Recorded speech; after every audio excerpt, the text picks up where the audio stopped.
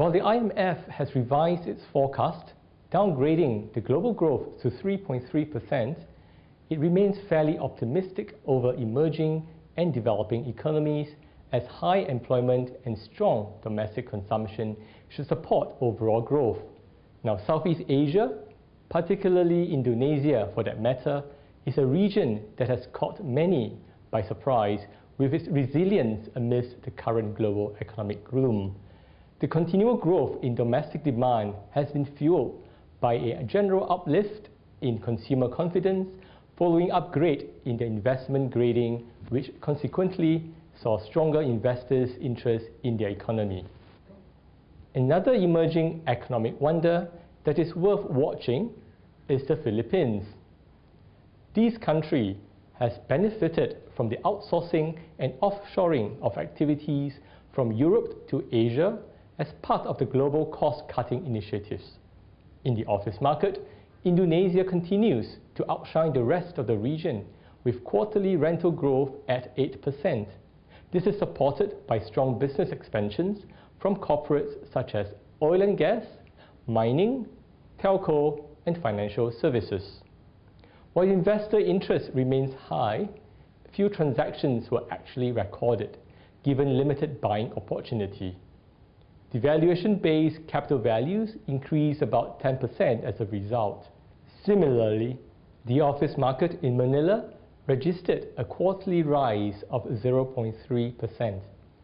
Due to the outsourcing and offshoring activities, office rents have been on a modest climb since early 2010.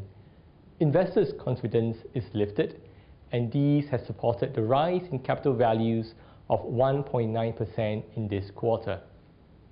Now, Singapore, on the other hand, continues to see office rent softening by another 1.2%. Given the uncertainty in the global financial market, I do not expect the Singapore office market to show any signs of improvement, at least not until sometime in 2013.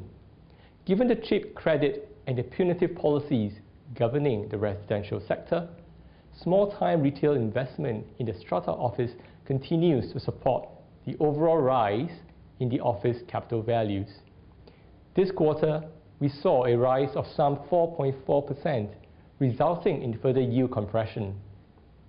The strong investor confidence in the sustained economic growth in Indonesia and the Philippines has lifted demand for residential properties, particularly in Jakarta.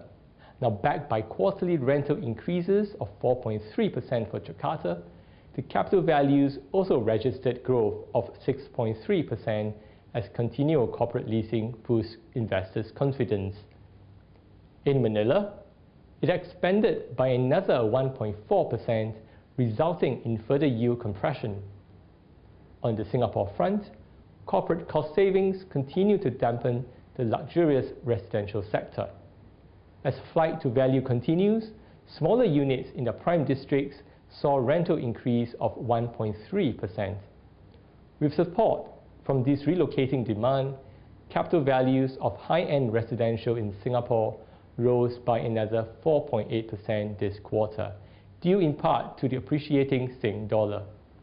The outlook for the residential market remains bright for Manila and Jakarta, and in Singapore is likely to see continued support as local buyers see the value propositions of prime properties as compared to those in the mass market.